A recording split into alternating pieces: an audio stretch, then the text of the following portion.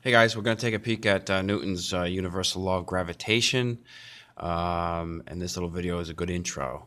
The Earth and the Moon have existed for approximately 4.5 billion years, and during that time, the Moon has been orbiting the Earth in a choreographed circular dance.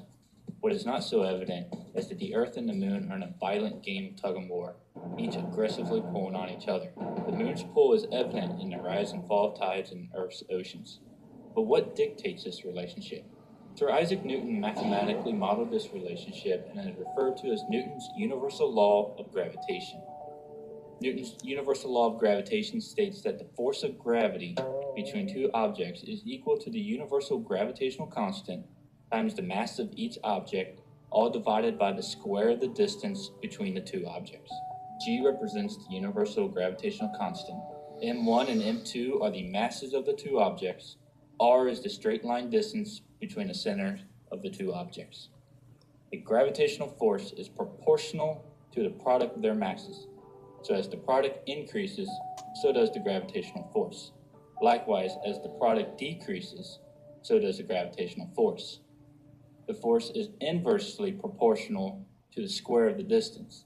Thus, as the distance increases, the gravitational force decreases, and vice versa.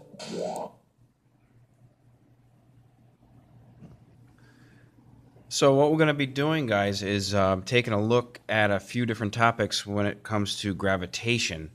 And gravity is, I'd have to say, it's one of the weirdest forces because number one, it's very weak. And we can just think about gravity in terms of how weak it is based on, let's say, gravity versus magnetic force.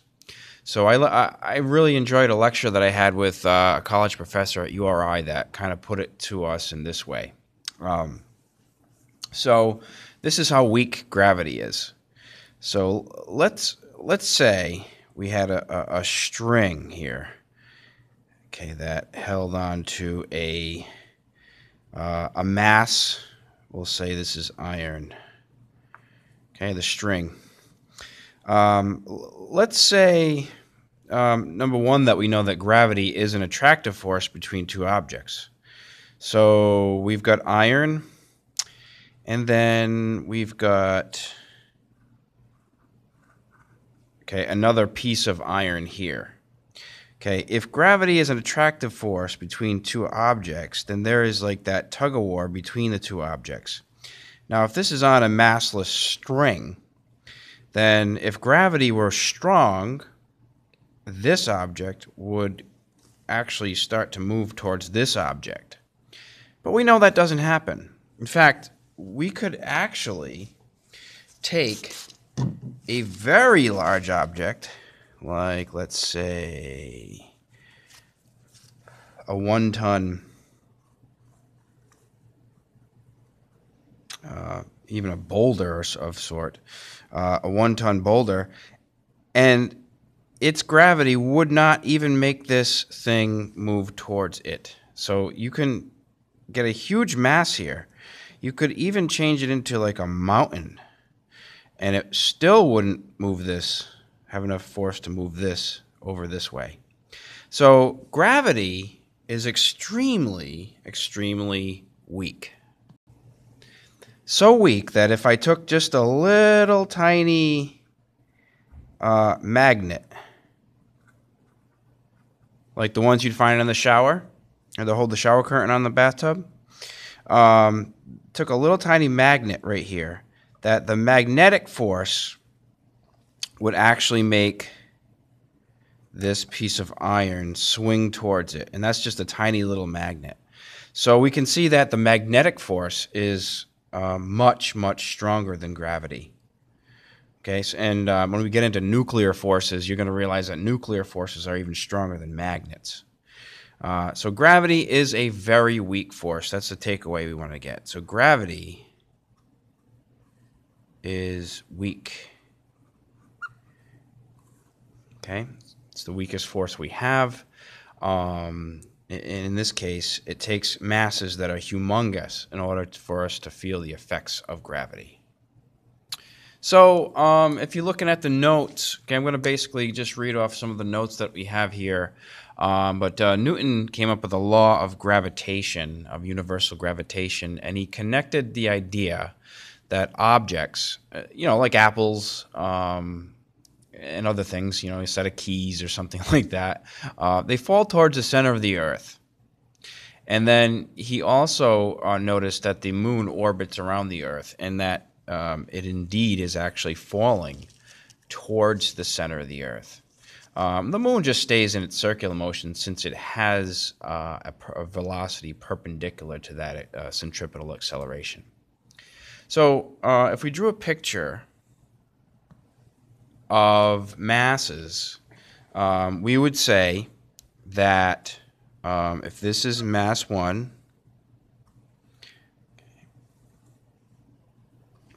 and this is mass 2,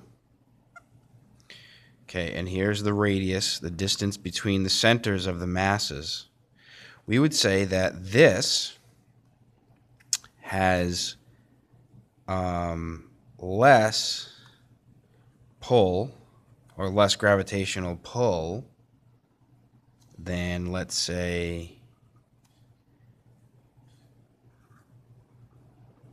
than this. So this would have more pull. So the distance between the centers of the masses makes a difference in how much gravity each object feels towards each other.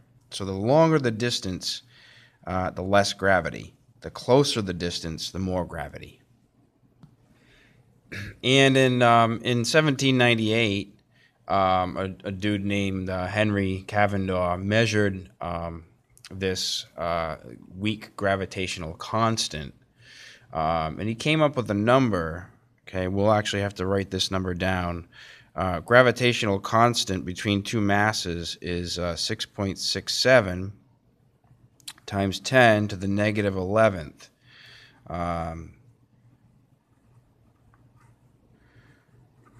Okay, don't worry too much about the units, but this is the unit that we need to find that gravitational force between two objects. So notice that it's 6.67 times 10 to the negative 11th. That's a very tiny number, which does indicate that the gravitational force is going to be a very weak force. So if we have a mass 1, and we also have a mass 2. We'll say these are planets. Okay, and then we'll call this the radius.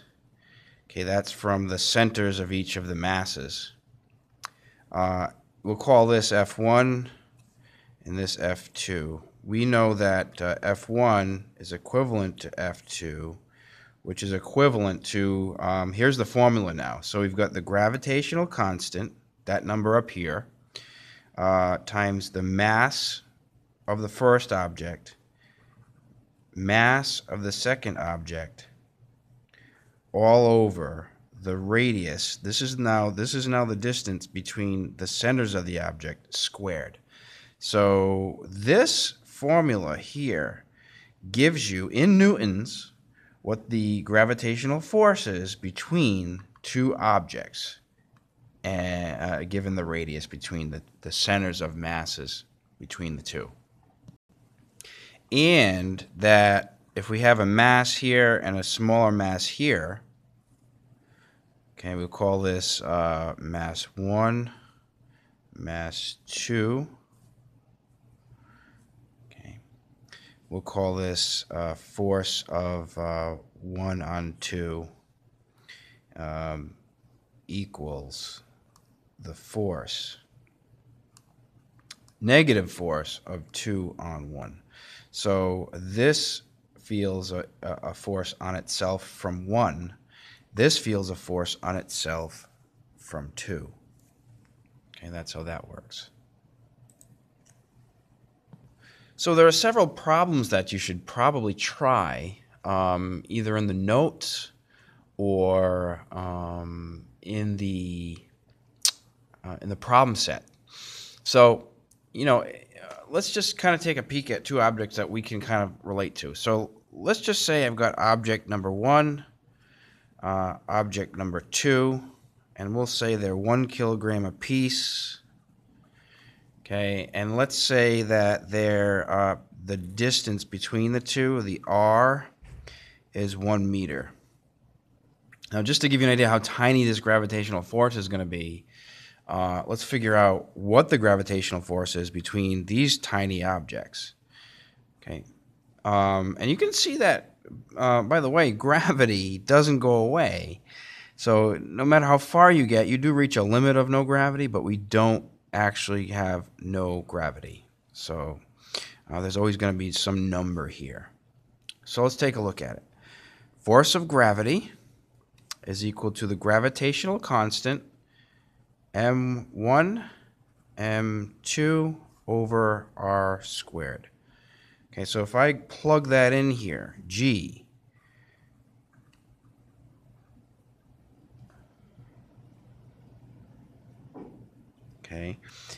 times m1, which is 1 kilogram, times 1 kilogram over r squared, which is 1, we'll actually leave the unit out, okay, 1 squared. So this is going to come out to be a force of gravity in newtons, and after we find out what this answer is, we're going to say that, you do the math, it ends up being 6.7 times 10 to the negative 11th newtons. Okay, wow, that's tiny. Okay, do you think these two forces, these two objects are going to feel that? Absolutely not. Okay, so you're beginning to realize that it takes some really large objects to make a dent in gravity. Okay, that's a tiny amount of newtons. Really, really, really small. Now let's make the objects a bit larger. So let's say it asks you, what is the force of gravity between the Earth